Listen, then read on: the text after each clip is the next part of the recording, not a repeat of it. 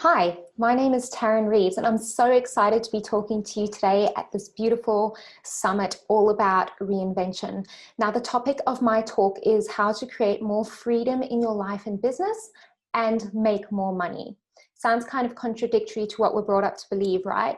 But I have done it, and I want to share with you how I did it, why I did it, what freedom means to me, and show you that you can do it too.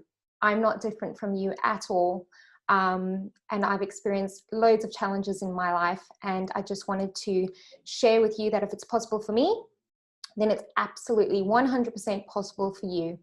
Okay, so what is my business? Well, I call myself a business freedom mentor. Okay, and I am passionate about supporting emerging and established female entrepreneurs to overcome overwhelm, exhaustion, self-sabotage, and endless doing with no results, and creating profitable businesses that brings them the freedom to do and create a life that they want on their terms.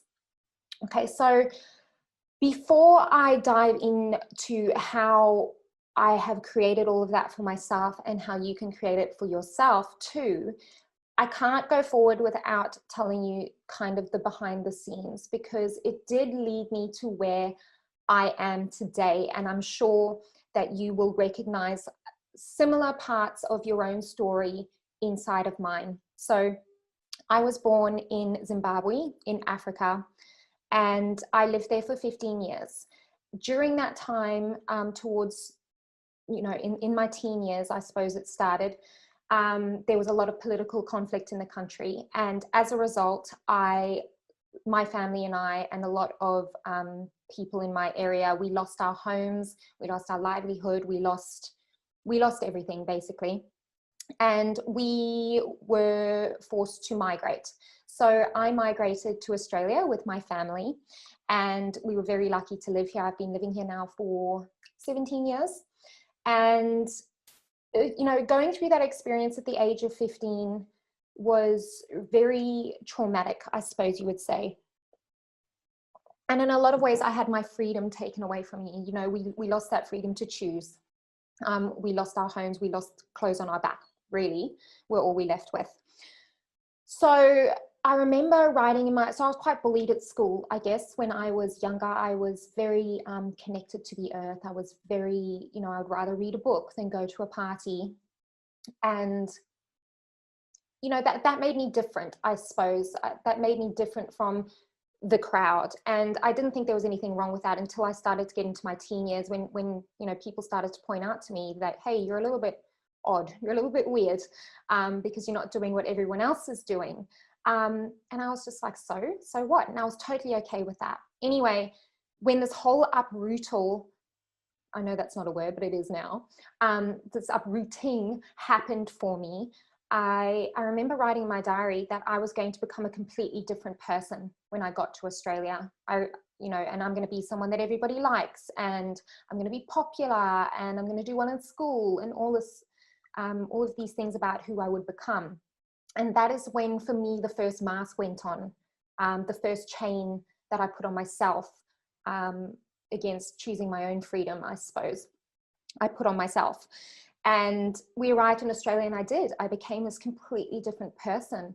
And I wore this mask for, I don't know, years. I wore the mask for years. In different versions, you tend to kind of put them on and be who you think people want you to be in order to be successful. Anyway, I went to university, and I got told kind of what were acceptable things to study. I was told what jobs were acceptable to go into from a cultural perspective, and also, your parents only want the best for you, and they tried to steer me down this path, and I went willingly. So I studied radiation therapy, got 3/4 of the way through that, decided it wasn't for me, and changed to get a degree in criminology. I graduated from a degree in criminology, and I ended up not working there. I ended up getting this really high paying job in my early 20s, working in the railway. I did some shift work, and it was processes, systems, rostering, managing teams of people, doing big project plans and things like that. And I bought my first house, I met my husband, and I thought I was killing it, you know, because I had that, I suppose, the dream the society says that is good, you know, buying a house, earning lots of money, getting married, you know, all of those status things. But on the inside, I was so deeply, deeply unhappy because I wasn't being me, and I wasn't making choices the way that I wanted to make them. I was making choices based on how I thought society or other people wanted me to act and be. And long story short, that resulted in a huge, huge rock bottom moment for me. And I got diagnosed with major depression and chronic anxiety. And I quit my high paying job overnight with absolutely nothing to go to. And I was very, very sick. And it really was a dark night of the soul kind of moment for me. And I was kind of sitting there bewildered going, well, how did I get here? Well, it's because I let other people and society dictate to me the way that I should be, how I should live my life. And that is absolutely no way to live. That is a surefire recipe for disaster. We only get one chance at this. And I decided that I was going to do things my way now, obviously within reason, as long as I'm not hurting other people and myself. Then, you know, I'm all for, you know, carving your own path. Anyway, I went on medication and I got a job working part-time in a non-for-profit organization working with people with brain injuries. I got made redundant a week before I went overseas, and overseas I found out I was pregnant. Now, I was still on the medication at the time. Anyway, that was kind of like this big jerk from the universe that said, Tarryn, pull it together now. You don't want to be this person anymore. It's time to be brave and courageous and step up and carve your own path. So I quit the medication overnight. I rang my doctor and told her. She wasn't too happy about that. And so that kind of started my healing journey and me starting to take back the reins of freedom on my own life. And when I came back from my holiday, I tried to get a job, but no one would hire me because I was pregnant. And from a business perspective, I get it. That kind of makes sense. But from a woman's perspective, I felt quite discriminated against. And so the stubborn streak of me rose up and was like, well, screw you guys. I don't need your job. I'm going to create my own business. So 6 weeks after my daughter was born, I sat down at my computer and I started my business. I was like, what skills do I have that I could monetize or that somebody else could benefit from? At the beginning, to me, it wasn't even about money. It was about exercising my brain and a bit of a stick it to the system of telling me what I should and shouldn't do, and what a normal job looks like. So I started out as a virtual assistant and people started referring me to other people. And I then kind of sat there to myself and went, you know what, I could actually turn this into a proper business. So I taught myself how to build a website because I didn't have the cash flow at the time. And I thought I was kind of just playing at business. So I taught myself how to build a website. And lots of different things happened, but at one point I was sitting there and I was literally working all hours of the day and night. My daughter wasn't sleeping, my husband was working away a lot, and I had built this kind of cage for myself that I was now working way more hours than I ever had before, getting paid way less. I had a young daughter to look after, and I was again feeling that squeeze. I was feeling like I was trapped, and I thought, well, no, we're not going here again. So I was like, okay, well, how can I create that next level of freedom without sacrificing what I've already built? And so I scaled the business into a virtual assistance agency. I brought on a couple of subcontractors to help alleviate my workload. I trained them up to deliver the type of service and high quality that my clients had come to expect from me. I built systems and procedures into my business, and I hired on a couple of VAs as I went along. And so all of a sudden I then had all this extra free time to work on my business rather than in my business. And I had created that next level of freedom. I'd taken that squeeze off myself and done the next thing that I knew how to do. Well, actually, I didn't know how to do it, but I figured it out. All it takes is a little bit of courage and putting one foot in front of the other to achieve whatever you set your mind to. I truly believe each and every one of us have the potential to do that. So now I have 7 VAs in my subcontracting business, and yeah, it's going really well. And so then now that was ticking along, I thought, okay, well, what's the next level of freedom I can create for myself? Now, we weren't earning the type of money that I wanted to earn because we love to travel, and we weren't earning enough money from my business and my husband's job to facilitate that on a regular basis. So I was like, okay, well, that's the next level of freedom for me. That's what it looks like to me, the freedom to choose to go on holiday whenever I want, or the freedom to buy that book if I choose to buy that book, or do you know what I mean? That type of, the freedom of choice.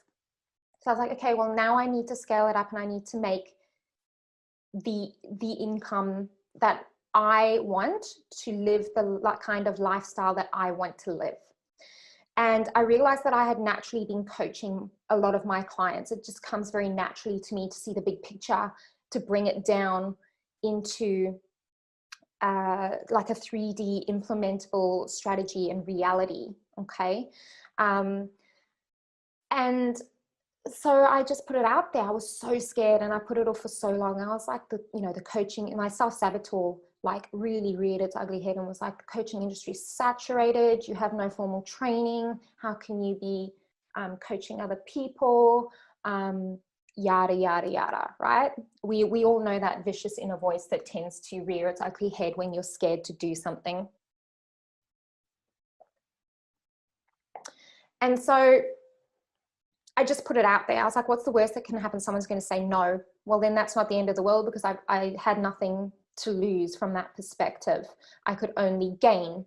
And so I just put it out there, and lo and behold, my soul clients came to me. The people that needed me to help them and that I could help, they came to me. I got really clear on my messaging. I got really clear on who I was and what I stood for. I got really clear on how I could help people. I got really clear on my natural ability to, to serve, how I could best serve. I got clear on who I wanted to work with. That is a big one. Be very clear on who you want to serve, because there are people who will come and purchase your service and they turn out to be nightmare clients. And that's not because they're bad people. It's just because they're not the right fit for you in your business. And I promise you right now, save yourself the grief and get really clear on who you want to work with. And do not be scared to turn away the people who do not feel like they are a right fit for you. Okay. So yeah, that was the next level of freedom. And then I was then looking at it going, okay, well, now what? I really missed my time. I'm somebody who needs a lot of downtime, a lot of alone time. And those of you who are mums will know that you do not get a lot of that when you've got little ones. So I thought to myself, okay, Tarryn, so now we've got the money coming in, but how would you like to be spending your days? What would an ideal day to you look like? And I journaled about it. I journaled about it for a while. And I was like, just don't keep the judgment at the door. Judgment is not welcome.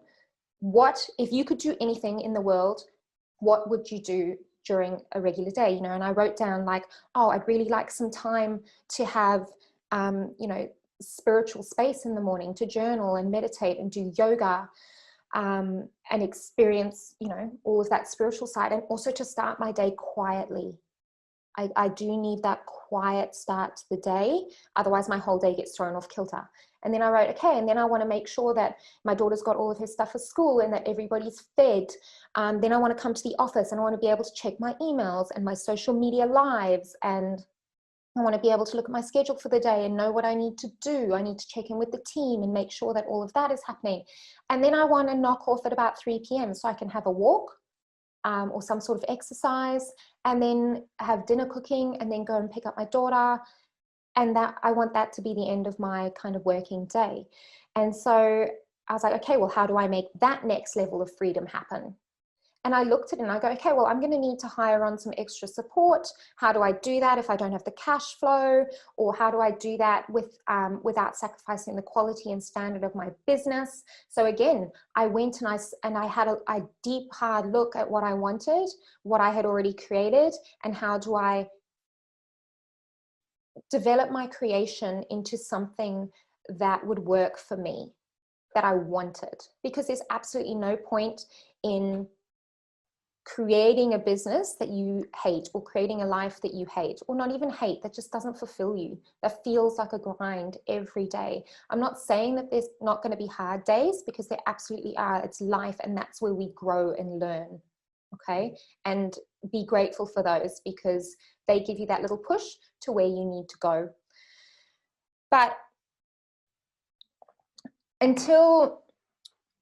so yeah, I hired on all of these people to, not all of these people, I hired on 1 or 2, and I trained them up into the positions to basically take over some of me so that I could step back of the business. I was trying to clone some mini-me's in the best possible way. So I hired on a couple more people, I trained them up, I put systems and automations and procedures in place, I optimized my business, I let go that which wasn't actually serving the business. And yeah, I now work 3 days a week. I work in the office on a Monday, Tuesday, and Thursday. Wednesdays are my day with my little one, and Fridays are a whole day for me for self-care, because I need to fill my own cup up before I can give to others. Okay, and my business just ticked over 6 figures last financial year. And if I can do, and that's, I've been in business 4 years now. So it's all about transforming your business from being a drain on your time and your resources and your energy to building it into this dream come true. All that you have to do is to systemize, optimize, and be brave enough to get things happening and step outside the status quo. You know, it's all about the freedom, and freedom to me is freedom of choice, freedom of speech, freedom of action, freedom from all of the current collective consciousness paradigms that say, you know, if you're a woman, you must do this, this, this, this, and this, and that's it. I refuse to believe that that's true. And growing up, people called me and told me I was quite naive. And they were like, Tarryn, you can't, you know, work every day in a job that you love. Life is all about, you know, waking up, going to work, coming to sleep, doing it 5 days a week, having 2 days off on the weekend, and then you die. And I remember thinking to myself, that is the most depressing thing I have ever heard, ever. And like my soul was like screaming, like, that's not true. I refuse to believe that. And so all it takes is one step, that one brave step, and you just keep taking one brave step and you get to where you need to go. So if you are stuck in a life or a business that you've started that you are not happy with, I strongly encourage you to take time out and relook at it. What is it that you really want? And it may be the case that you didn't want to start a business at all. It may be the case that you want to go back and work for somebody else, and that's absolutely okay, but make sure you do it on your terms and you don't lose yourself in the process. Do not sacrifice yourself and your values and your beliefs and your freedom to fit into somebody else's idea of what you should or shouldn't be. Okay. And I also wanted to share with you that the moment that everything changed for me was the moment that I stopped looking out there for all the answers and started looking in here. Nobody else has the answers for you. They can help you discover it and draw it out and talk it out and flesh it out. But trusting that intuition, that little voice within, those feelings within. You know, some of us feel through our gut, some of us feel through our heart. I'm a big heart feeler. Like if I'm making a business decision and I can feel that contraction in my heart, or my heart's racing a little bit with anxiety, it is not the right decision. There is no way in hell that I am agreeing to whatever that is, because I'm listening all the time. I'm checking in. How does that feel to me? Is this what I really want? Whereas the people pleasing part of me would go, oh yeah, I can do that. Or, oh yes, that's right. Oh, da, da, da, da. And that got me into so much trouble. People pleasing is a very addictive pattern of behavior, and we need to stop, because it stems from a belief of I'm not good enough, I'm not worthy, what gives me the right to do this, I don't have enough skills, all of these stories we tell ourselves. But you have it all within inside you to do absolutely anything. So always be checking in there, live in alignment, create businesses in alignment with who you are, where you're at in your cycle of life. Now this is an important one. This always changes, right? So if you are a mum with a 4-year-old at home, like I am, working 5 days a week is just not going to cut it for me anyway, because I'm exhausted, I'm snappy, I'm grumpy, I'm not allowing myself the space and the grace to live the life that I want. And therefore I don't have a full cup. So how can I fill my daughters or my husbands or my friends or my parents or my clients? It's just not going to happen. So, you know, look at what you're naturally good at. Look at how you want to live your life, what your ideal day would look like. Learn how to listen to your intuition and live in alignment with how you're feeling. Like if someone tells you that you need to put up, you know, 7 Facebook lives a week, otherwise your business is going to fail. Absolute crap. Okay, that is not true. If you show up and you are feeling like you don't want to do a Facebook live, the people on the other end are absolutely 100% going to feel that, and you are just going to repel your audience.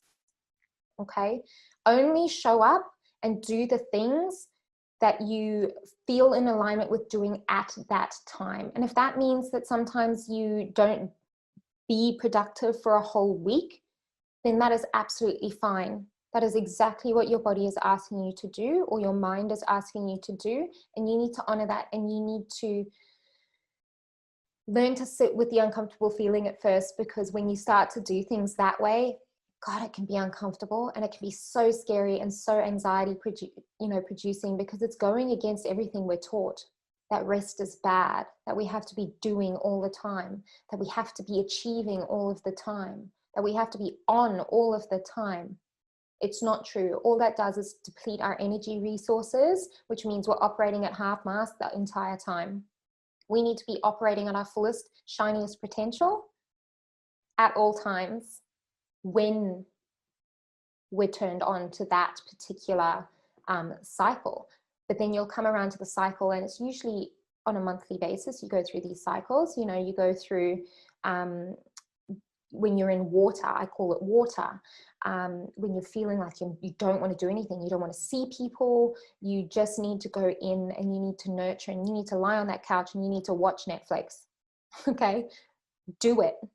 Then you'll come around to like your earth element, where you get all the doing done. Like it's this frantic doing of cluttering and organizing and implementing and building and doing of things. And then you've got your air, where you get these inspired, crazy, wild ideas. And this is your creative time, you know, this is when you need to be creating content or expressing your creative self. And then fire. Fire is when you turn your passion on, when you go and you do your Facebook Lives and you talk to your people, because when you're passionate and you're on fire, they can feel that too. And it passes on, fire spreads, right? So you sell when you're in your fire. You book, you know, discovery calls with potential clients when you're in your fire, because you're turned on, you're passionate, you're alight, you're ablaze. So you see how there's kind of like 4 things that you can flow within all the time. And you need, at first it's really hard to identify all of these things, but the more you do it, the easier it will become. And when you start to live in alignment with your intuition, and that's kind of a cycle, everything becomes so much easier and so much clearer, and you will become so much happier and so much more free to create a life and a business on your terms. So that's it. That is my story from me today. I feel like I might have rambled a bit, but that's okay. That's usually me when I get on a passionate rant. So I'm so glad to have been able to share that with you today.